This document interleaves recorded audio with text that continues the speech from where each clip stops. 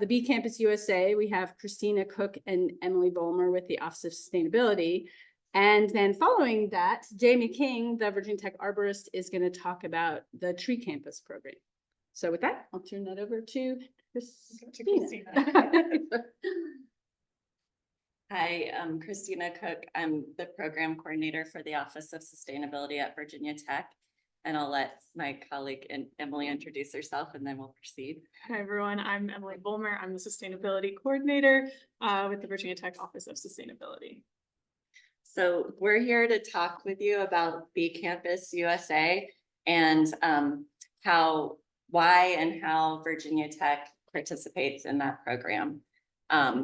But first, just a little bit about our office. It was established June 1st, 2009. And the main things that we do is coordinate programs for campus sustainability, oversee implementation of Virginia Tech's climate action commitment and its sustainability plan, help monitor annual electricity and other energy use and GHG emissions. We also work with faculty and departments to develop programs that utilize campus as a sustainable laboratory. And we coordinate communication regarding campus sustainability initiatives and programs to the university community and external audiences. Okay, so as Kristina mentioned, one of the main things that our office does is implement Virginia Tech's climate action commitment. Is it right before on? It says it's on, yeah. You cannot understand. Okay, I'll talk louder. So the climate action commitment has an overarching goal for Virginia Tech's Blacksburg campus to reach carbon neutrality by 2030.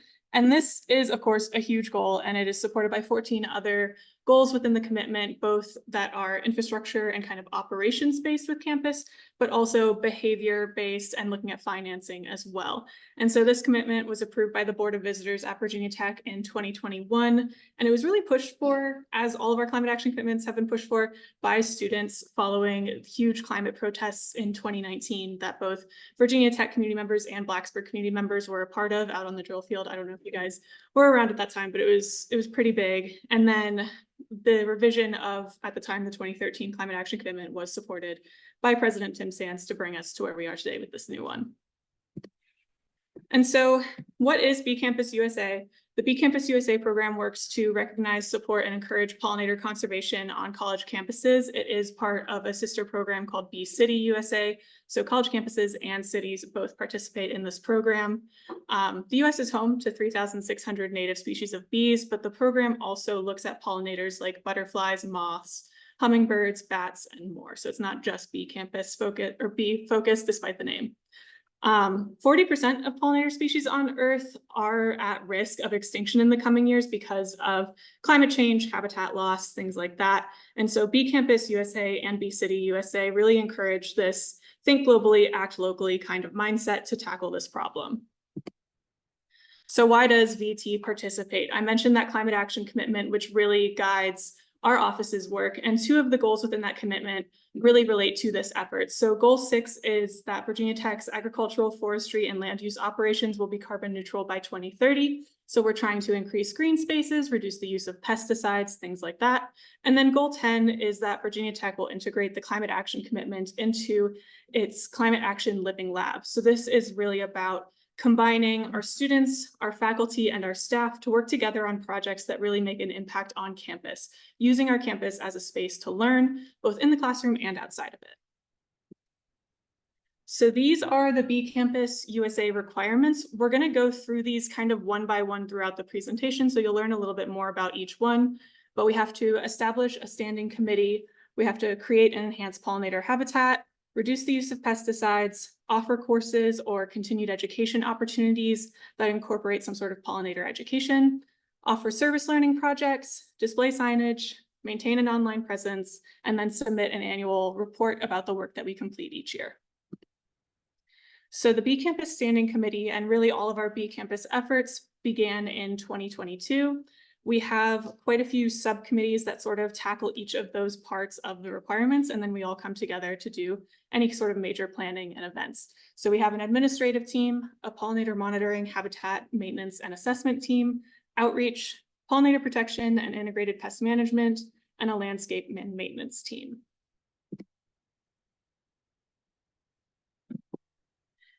Okay, and Virginia Tech began this journey to get Bee Campus USA certified back in 2022. So we're rather new, but we're having a good time building out this framework. It started with April 19th, 2022, and Emily was a part of this original planting of the Hillcrest pollinator garden. So that's behind Hillcrest Hall, which is the Honors College.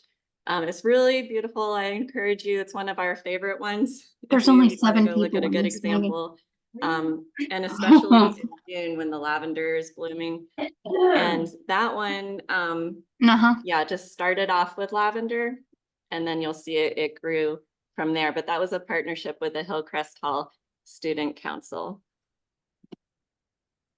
Then we got to expand it in April 2023 and add more of the plants that you see up there. And our whole office was involved in that, and it was really special. And it's how it will look to you today when you go to see it, except for it's grown up a lot. And it's beautiful. And that one is the garden that I see the most variety of pollinators in, because a little bit about how it was created. It was created in a very healthy way where it was all of our office and student volunteers, some faculty, and other staff. We all like dug out the ground, right? Like dug down into the ground, filled it with good materials, amendments, put the plants in, and then put mulch down, you know, and then watered it. So that was an example of a garden done right, so that it was set up for success. Also, the shape of the garden is very manageable. It's kind of a, yeah, you see the shape where it's drawn there. I won't try to describe whether it looks like a slug on there. Thank you. That's the word. That is exactly right. But the shape is really conducive to easy weeding. You know, you don't have to like really go very far on each side to be able to reach. And the location also is good right behind Hillcrest, because the students can come out if they see some weeds, they can pick it, right? So that's a little bit about that one. And it was also a partnership with Hillcrest Student Council. So then we come to the roundabouts, which also have a special place in my heart, but they're a little bit of a different situation. It was suggested and funded through our Green RFP program, where students give suggestions for sustainability projects around Virginia Tech. It's very high visibility. It's very high maintenance, which I'll tell you a little bit more about here in a second. And there's also a lot of high vehicle traffic during the academic year. Luckily, not high speed traffic, but still a lot of traffic. So the way that this one was put in was very different from the Hillcrest. It was had to be contracted out because it was so large. They're just basically big round circles. You'll see them when you drive around the drill field. And the turf was just this, the surface turf was removed. The plants were put in and mulch was put down. So last year, I spent a good amount of the summer trying to go out every summer, trying to control the Bermuda grass. And it just was basically pretty much impossible. To tell you more though, that we'll talk about later too, we are in the process of building out a volunteer base that will help with things like this, because weeding goes a lot faster when you have a team, right? But we're just starting out. So I would go out there, and the Bermuda grass just kind of takes over because it's in the middle of a grass, you know, it's a circle in the middle of a grass field. But also I did not notice very many pollinators last year. I do notice more this year as the plants have gotten taller. So that's giving them a little bit better habitat. And I'm looking forward to seeing like when the students come back and the traffic comes back, how much more pollinator activity and diversity we see. So that's it. Sorry, one's at Newman Library and one's at Torgerson Hall. And then we have a really nice one, a couple of beds at the Visitor Center, which if you don't know where that is, it's really adjacent to the inn at Virginia Tech. You kind of go up a hill where the inn is, and the Visitor Center's there. That's where all the undergraduate students come with their families. It's usually like a first touch point for tours and stuff for them. The undergraduate admissions reached out to us. I guess it was over a year ago, possibly 2 years. They're very interested in working with our office because data shows that students are very interested in sustainability. So this was one of the projects that we did and managed to accomplish together, because as you can imagine, whenever anything is done at the university, there are many offices involved. This Office of University Planning, grounds, a lot of people have to work together to make something happen. This was our success. And so you can see a wide variety of flowers and plants were planted. And it was originally annuals, and they've been replaced with perennials, which is really great for grounds as well, because they don't have to do the labor to replace the plants every season. You know, there was a different kind of plant there. Now they're just going to come back every year. A lot less watering needed, and a lot of cost savings, because you can imagine, I think when I met with one of the grounds people last year, they're saying something like $3 to $4 per plant for some of the annuals. So, and that varies, but that's a good example. Like, that's just money saved. These are going to come up every year. And there's a lot of high visibility. So that's good. When we put the Bee Campus USA signage out, then it's good. I don't want to say advertising, but it gets the word out about the program to the campus community. And there's one about signage. So we use them in all the new planting areas. If you don't see them out there right now, it's because there's a new logo for Bee Campus. So we're working through all the different avenues that we need to work through to get new signage. But they will be there because it's a requirement for Bee Campus USA certification. And then they also use it in areas where they're going to delay mowing to allow wildflowers to grow up and not mow those areas. So.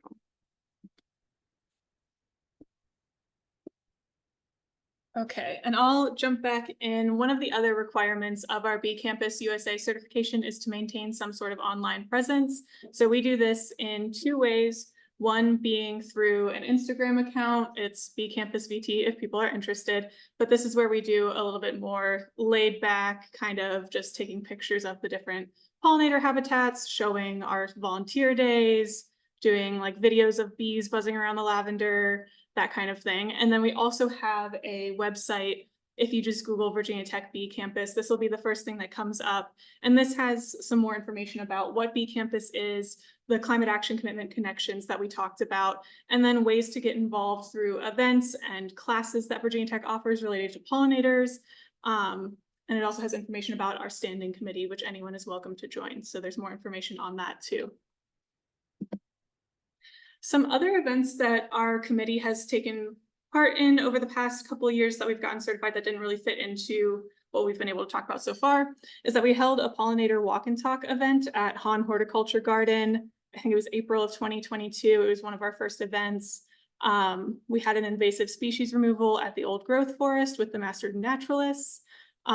We did a bee box installation where we put 6 of the bee boxes in that middle photo around campus on different trees. We did that in partnership with Jamie. We've also done quite a few class presentations and partnerships working with students to design pollinator habitats or to suggest different locations, research different plants. We of course do existing pollinator habitat maintenance, and we celebrate Bee Day each April during Earth Week. And you can see that a lot of our plantings took place in April. So that's what that's all about. In terms of resources that are available, this is definitely something that we want to continue to grow as our committee grows, but Virginia Tech's Design and Construction Standards Manual is available online, and they have a list of approved woody and herbaceous plants as well as approved trees. These aren't all native. These are just maybe a good starting point if you're not sure where to look to get an idea of what does campus use that is maybe easy to maintain and looks nice. This is a good place to start.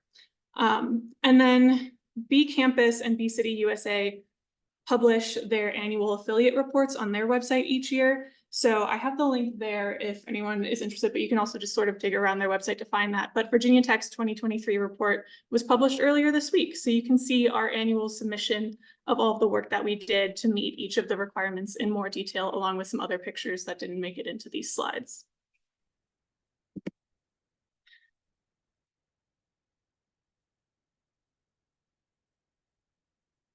Okay, so what's next? We're hoping to add to and enhance our pollinator habitat each year. So hopefully every bee day we'll create a new habitat at the very least, and then also just making sure that we can, you know, take care of the ones that we have. So formalizing a maintenance plan and volunteer program, that's something that we're working on. And like I said, we work with the grounds department and other departments to try and make sure that's successful and everybody knows what's going on. A lot of communication bridging is important. And we're hoping to strengthen the pollinator monitoring and data collection. So the things I was talking about with noticing the variety of pollinators, the number of pollinators, and lots of other things, lots of good research opportunities that these pollinator gardens provide. And increasing student involvement in the committee. We're going to be doing outreach to include more students in the committee.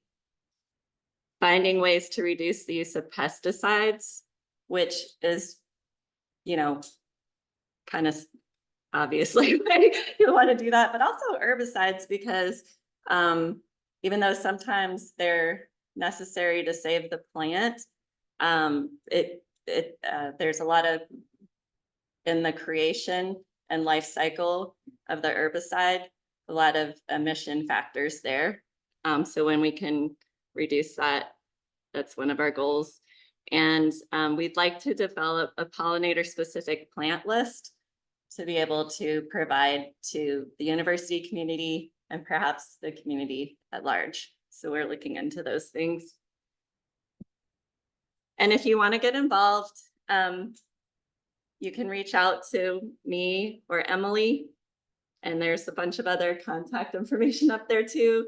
Just go to our website. There's a lot of ways to get a hold of us. The sustainability email is a good way because I see that, Emily sees that, and our campus sustainability manager, Nathan King, also sees that.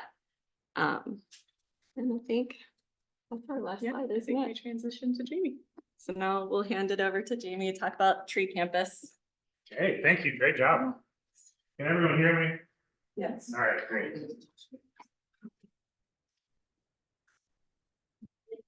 Are we supposed to ask questions later? We will do questions at the end. There will be questions, and I'm hopeful that this 20 minutes you have with me is interactive. And to encourage that, I have 2 bags of fun things that you get to choose from to take home or not, whatever you want. So first, trees are good, right? Who can tell me something that's good about trees? Shade. Shade, yeah, all right. You like cats? You really like cats. You always have a cat, right? I do always. Do you like Oh, man, well, that's. Poultry color? Yeah. Or you want these gloves? I don't wanna be particular, man, I mean swag, right? Garden Yeah. gloves? Ooh. Ooh, a fanny pack. Yeah. Okay. What else? Why else are trees good? Yeah, they do sequester carbon. So they pull carbon from the atmosphere and they store it. And when we are able to put that wood to good use, not burn it, although that's a good use, or let it decay, which can be a good use too. When we can put it to its best use, we can lock up that carbon for centuries. So, Your wind protection. water bottle, garden gloves, they may not be your size. Hey. And what was your input? They break the wind. They do break the wind, so they actually influence the environment around us. That includes shade, Moisture. moisture. Trees can change a microclimate. They can reduce the energy needs in a structure. They can make a place more exciting, more habitable, more sustainable. Beautiful. What about yours? Habitat, absolutely. Indeed, trees are human habitat. You have a kid in your life, you wanna give them a coloring book? No. Did you want to paint that? There you go, I'll take the kid one. There we go, very good. That's right. I didn't know this morning if this helped. All right, there will be more time for this later. I should probably get started. So as you can tell, I often talk to kids. And one way to get college students or even younger people to interact is to make it a game or make it competitive.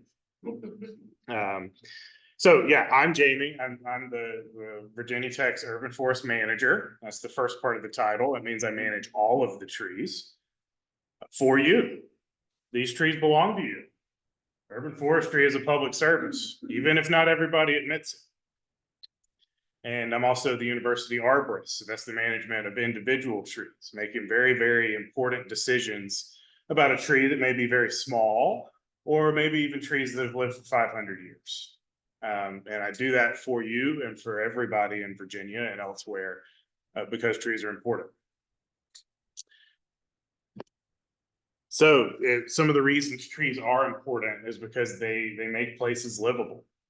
Humans evolved with trees, but this thing we call society has separated us from it. So what we do in urban forestry is trying to integrate trees back into the human environment, the built environment. And in doing that, we make places livable. We reap all kinds of different benefits for that rather minimal investment. And they make spaces special. So what's different about the trees at Virginia Tech is that these trees outlive us. All trees have the ability to outlive us, but their stories continue. And that's my greatest privilege in my career is continuing to tell trees stories. Like the Camperdown Elm. This one has been through a lot over maybe 80 years, we're not sure. And in that time, it's touched a lot of people. And when you live in a community like we live in, you can go back to it. But if you moved away, you may come here for some other reason and you get to meet this old friend. And that's pretty cool. But they do require intensive management. And that means money. The urban forestry, I talked a little bit about it, but in essence, it's the management of trees to their greatest benefit at the lowest cost with the fewest number of conflicts. It's pretty simple, right? Benefits are exponential on that minor investment we make in them, but conflicts are ongoing. Tree in front of sign, we can solve that. We can prevent that. Tree on car, we can solve that. Maybe it could have been prevented. These are the things that we do to help them live among us. And on campus, we have about 11,000 trees. Each of these dots is a tree in our inventory. That inventory is accessible to you and everyone else online. So if you have a question about a tree, you can go look it up. You can find out who that tree is. What is its species? What is its size? The main campus is about 900 urbanized acres. And then, since COVID, the student population plus faculty and staff, about 50,000 people on campus every day. That makes the campus a very urbanized environment. Akin to central business district in a town like Richmond, a city like Richmond. Densely packed people on impervious surface, sidewalks and roads and rooftops, and then intermixed among them are the trees that we need to survive. And so after we know a tree's or the population of trees in a specific place, we also like to know what's called the urban tree canopy, the UTC. That's the percentage of land area that's covered by trees during the growing season. And we did this analysis in 2020 by district. So this is the athletics district. This is what's called the ag belt. Oh, my laser has stopped.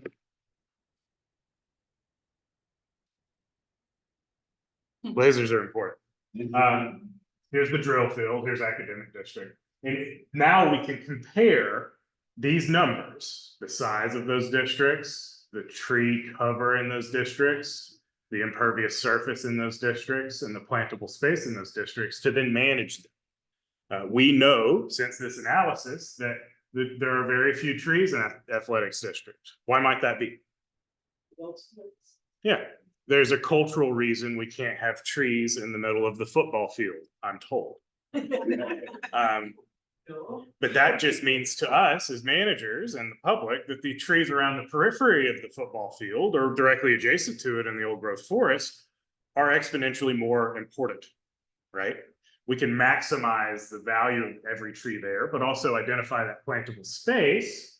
In athletics district, we have about 14% where we could plant, not in the middle of the field, but adjacent to, right?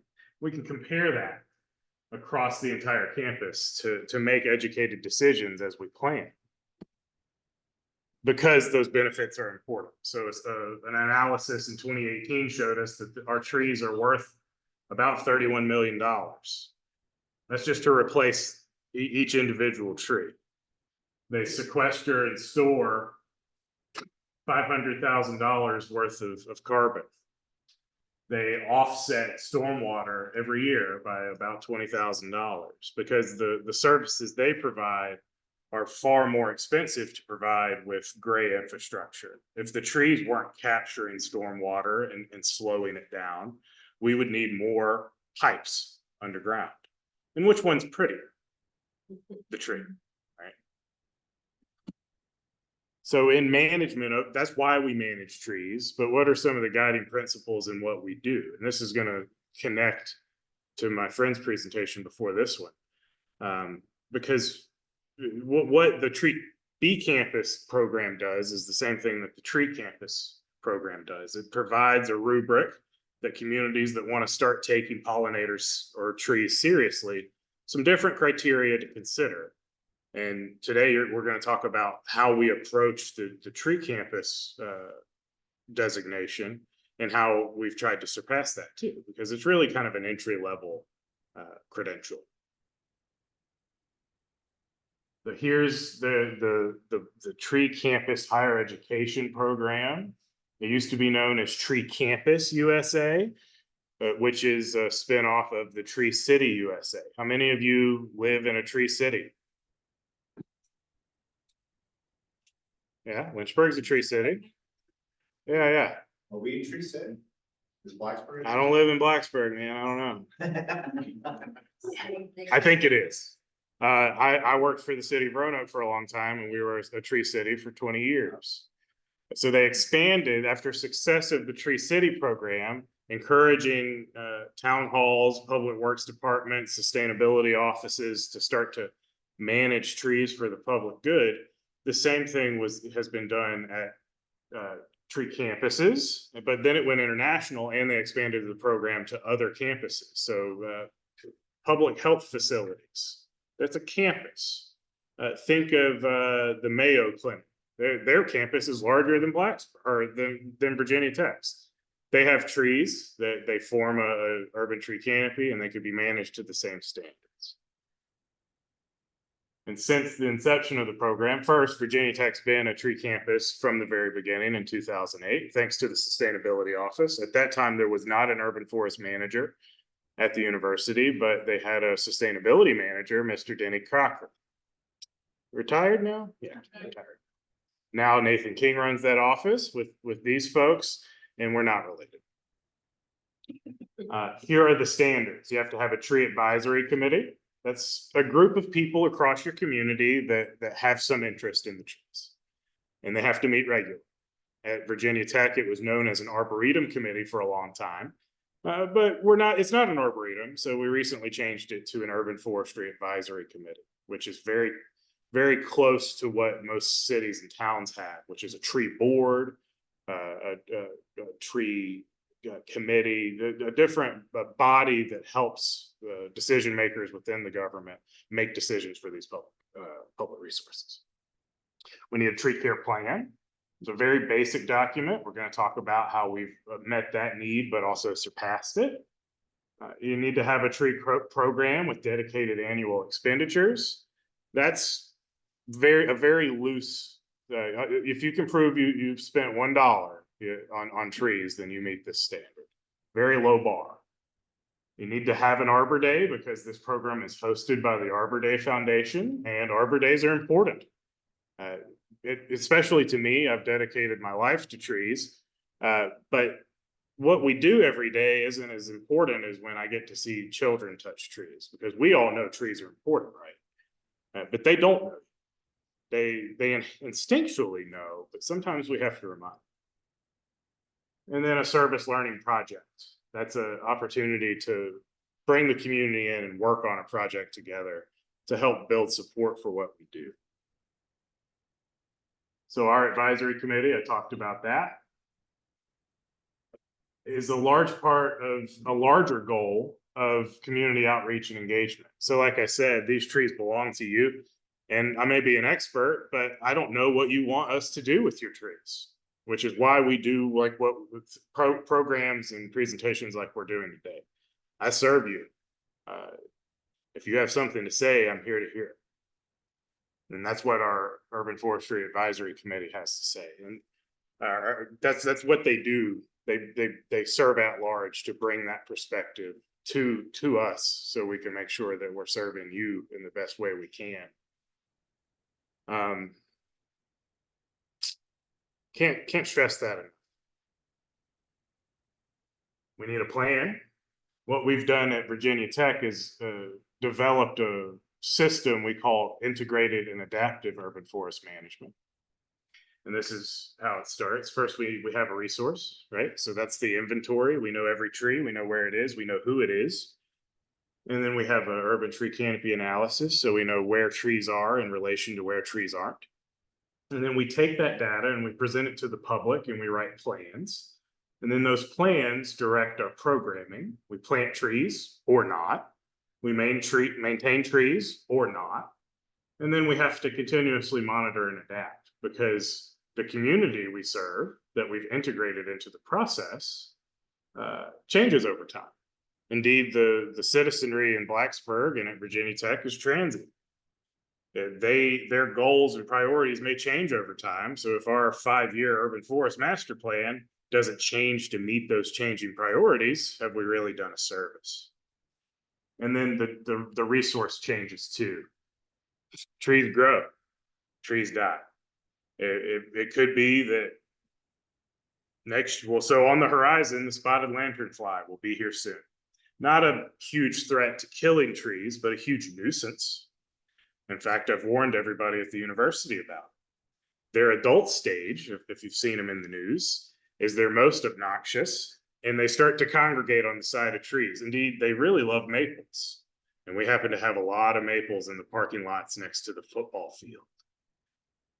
It's like the perfect storm of a nuisance insect intersecting with football season.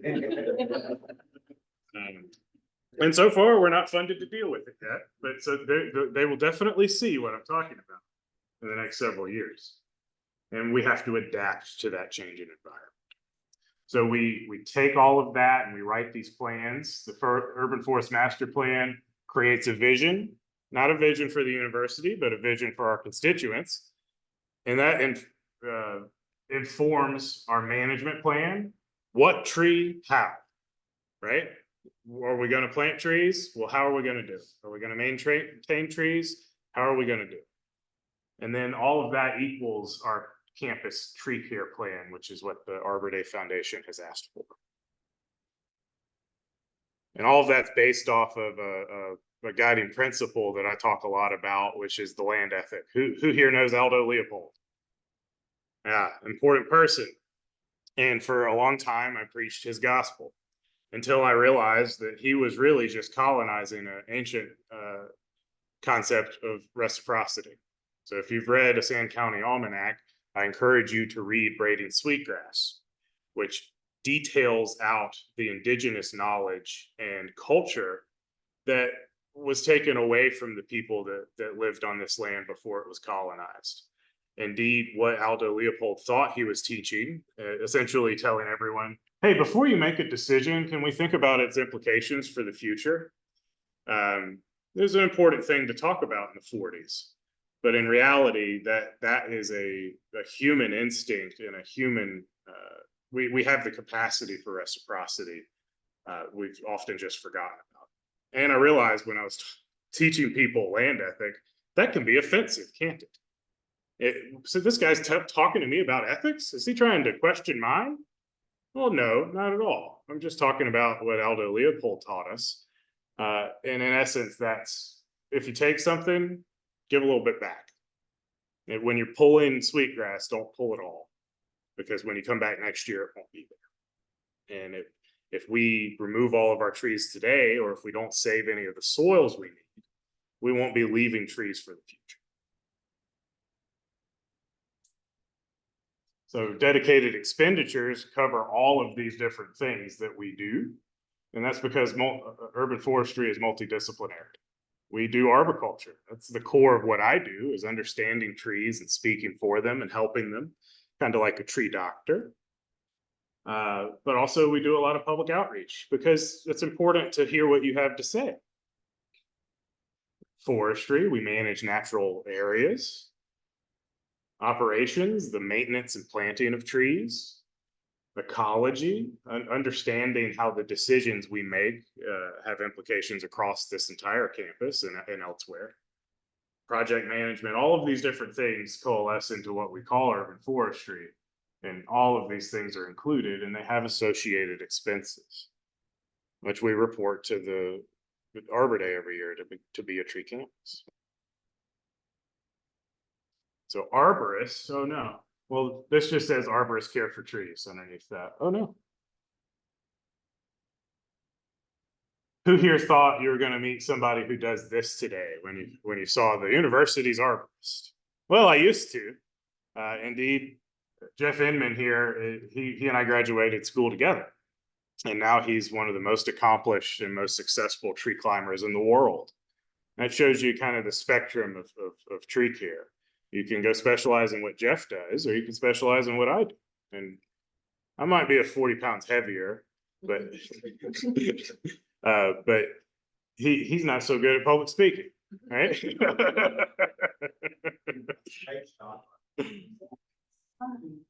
He is having more fun, and Jeff is famous internationally for being so good at what he does. And what I tell students when I present these two options: hey, you can care for trees. Here's how you can speak for them. If you like what Jeff does, you can do what he does. If you like what I do, I can tell you why that's a bad idea. So he's not a technical. No, he works for a company in Richmond called True Timber Arborist, and now he trains individuals to do what he does.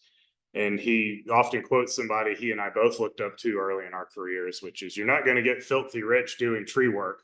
You're just going to get filthy. And so that's an example of why our standards are so important.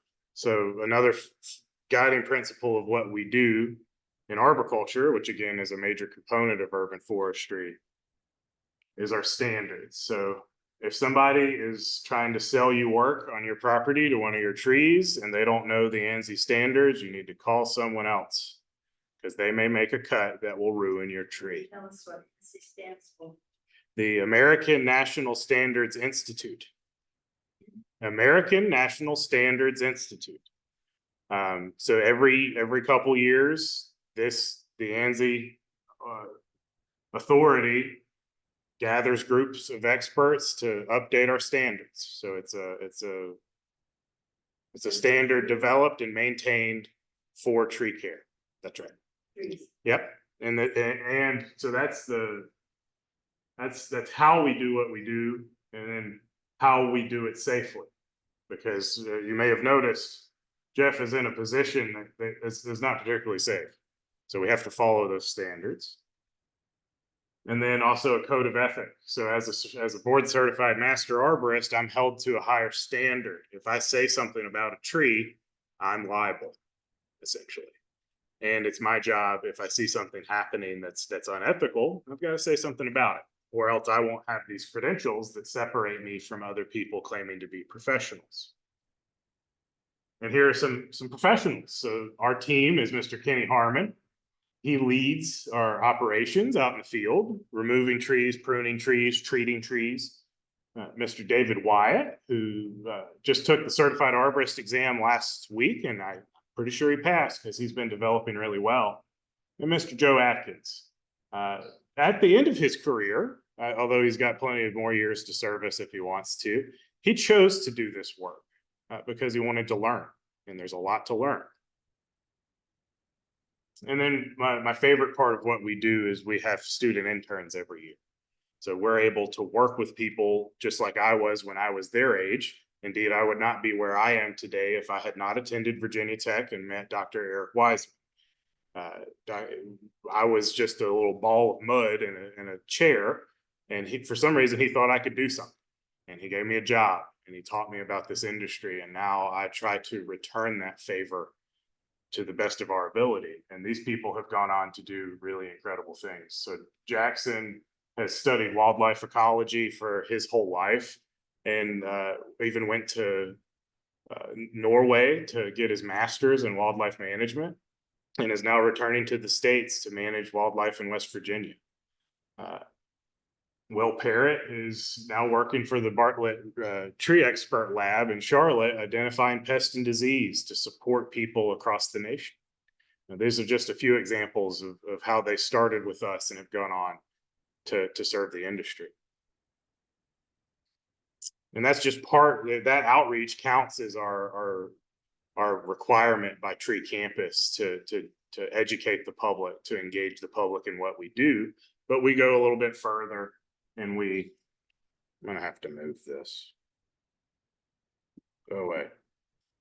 Can Go away. do the little like green, the arrow off to the side on the green part. Yeah. Go away. Okay. Every year we talk to students from Floyd High School in Radford County, or Radford City, Radford Town, Radford. But also we talk at seminars and industry gatherings, people like you. Just a couple weeks ago, I was at Warmhearth because some of the folks that live there asked to hear about trees. And then every year we do Arbor Day. Arbor Day is supposedly one day a year, but I say Arbor Day's every day. Just look outside. They're there.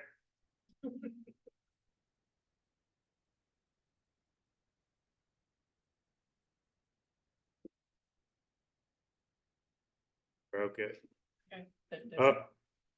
All right, closing out.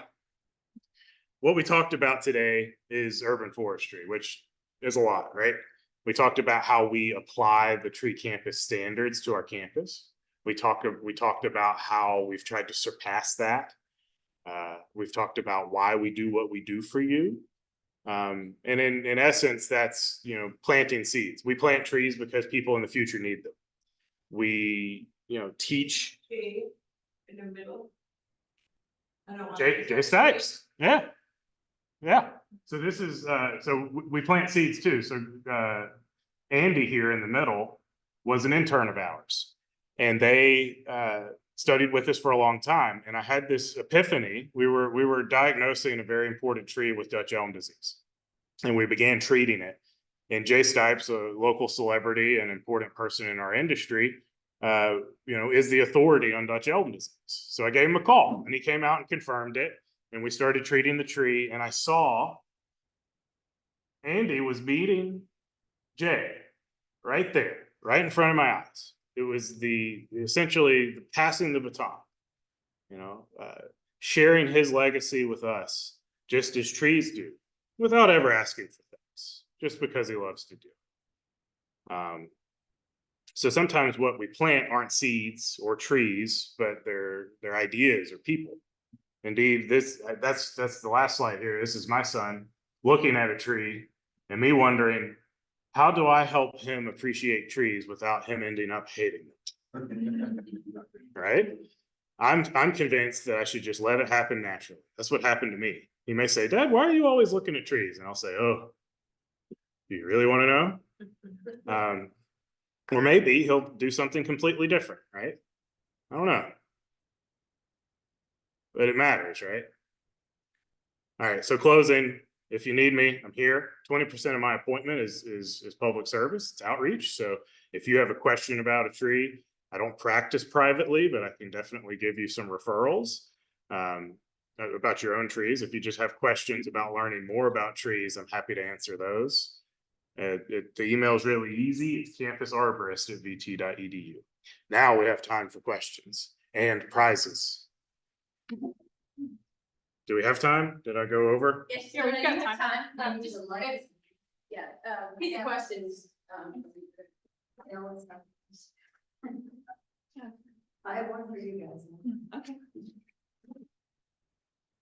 Okay, for you guys, I used to be an entomologist. How are you doing, who is doing the pollinator monitoring?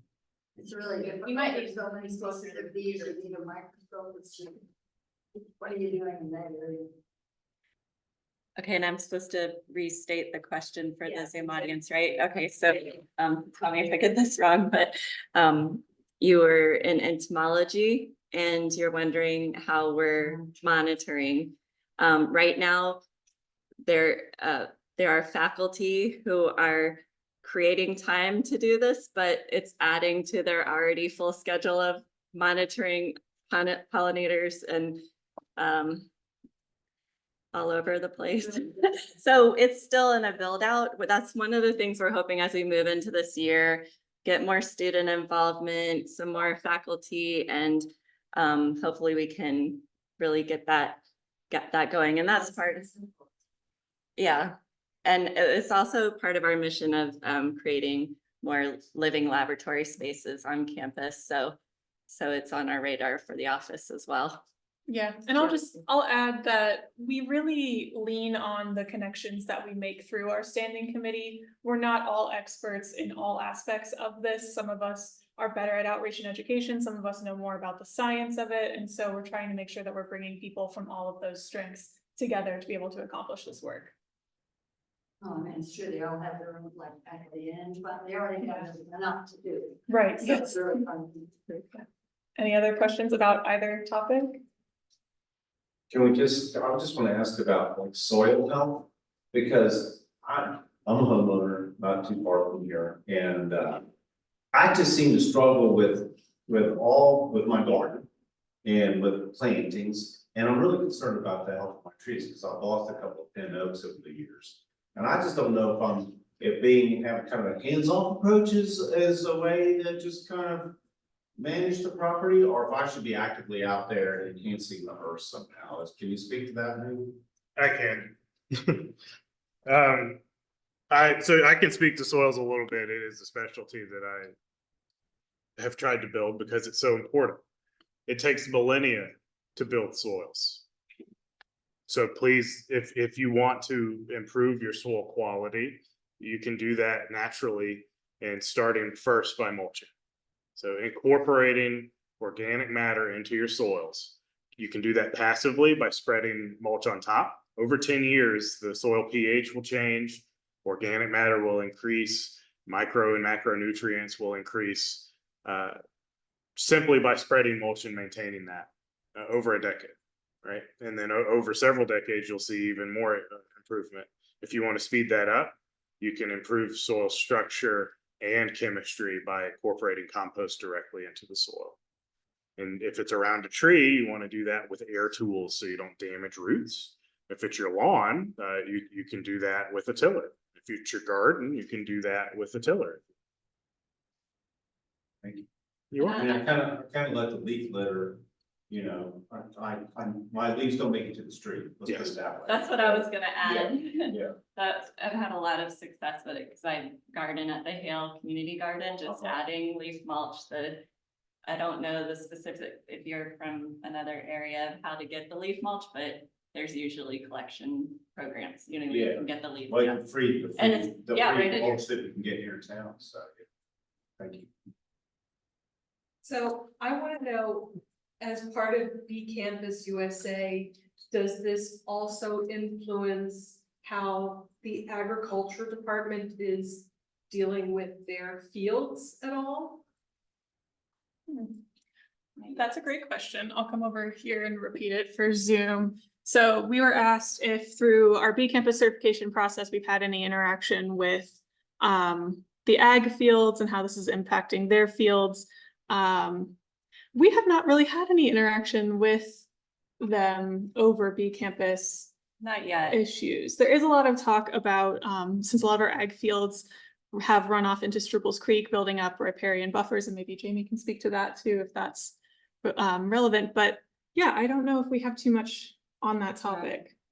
I know that there's a project with Strubles Creek that's supposed to hopefully happen, I think, next spring or start, where they're doing riparian efforts like in the sheep barn area where this creek comes through, because it's like basically kind of like a mud and nothing else. But with B Campus specifically, not yet. I think there's some talk of like connecting with beekeepers, Yeah. but that hasn't developed yet.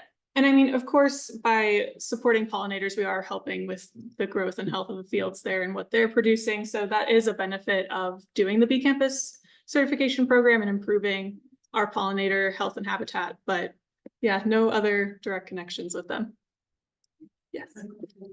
Sure. Next to the Han parking lot is something called an arboretum. That doesn't have anything to do with tech, does it? It does. There's a sign that's like baited and brainwashed, and explain that arboretum. Sure. For the Zoom audience, there is what's called a utility arboretum by the Han Garden. And that was developed by Dr. Eric Wiseman and partners across the university, probably more than 10 years ago, as a place where people in the community can come see trees that may be planted beneath active utilities. So those trees serve as examples of a palette of different plants that can live in harmony with overhead utilities instead of conflicting. Okay, well, last time I was there, some have grown up so tall they would hit a line. They are labeled though, they do have. They are labeled. Yeah. So if anybody's interested in learning about the different plants that again can grow beneath the utilities without causing conflict, that's a good place to go. Maybe this need a haircut. For campus, with the gardens, how do you decide what to plant there? And why did you decide on the lavender and some of the others? So the question was for B Campus, how do we decide on what we want to plant where? And it really is a collaborative process with a lot of input from different stakeholders, like grounds and landscaping get a say because they're going to be partially maintaining it. But then we also work with students to submit ideas for designs. So this design for the Hillcrest Garden was drawn out and submitted by a graduate assistant. His name is Chad. He has graduated and gone on to do great things, but he submitted this idea from his own research of what he thought would both look great together, but also help pollinators have different blooming times. That's a big thing. We want things that are not all blooming all in the same month and then aren't blooming the rest of the year. We want to divvy it up so that we can always have something available to the pollinators. we think about native species, but there are things like the lavender is not native, but it is a great attractor for pollinators and bees, so we use it anyway. So there's some trade-offs that we're bringing in, but yeah, really thinking about bloom time, low maintenance, and what our landscaping and grounds team is open to working with. And the design and construction. Yeah, manual. that appendix that I listed of like what's approved, that is also kind of a guiding factor for us as well. Yeah.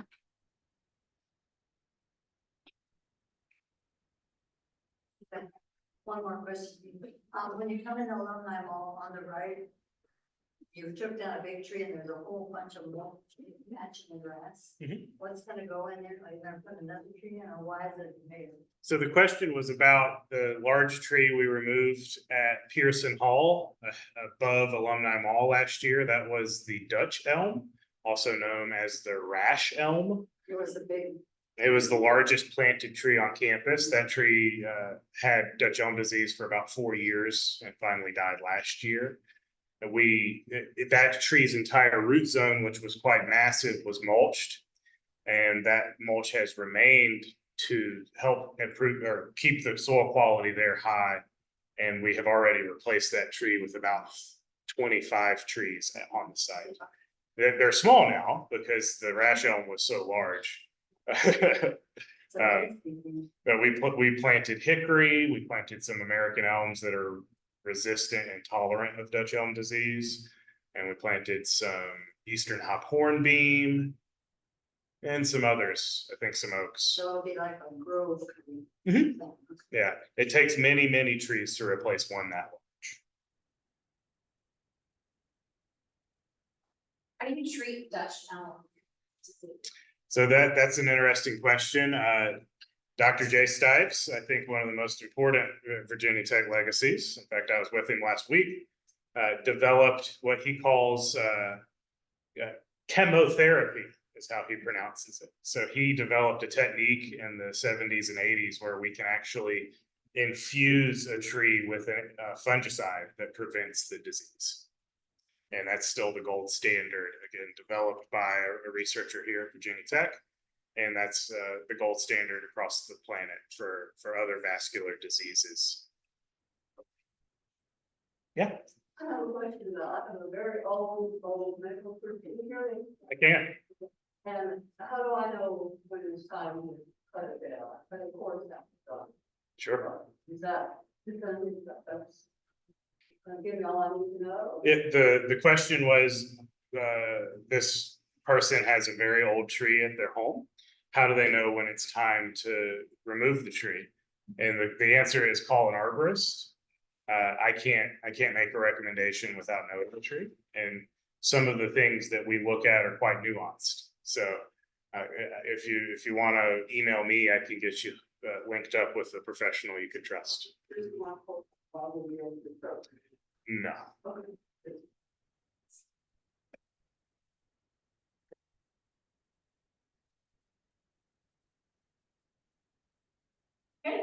That's all. Thank you for speaking. Thank you all so much. Yeah, thanks for being here. And as the treasurer of Sustainable Blacksburg, I want to extend a thank you and present you each with a gift certificate to Blacksburg Books. Thank you. As a thank you. Thank you so much. Thank you. It's very nice. Thank you. We have, that's one of our boards.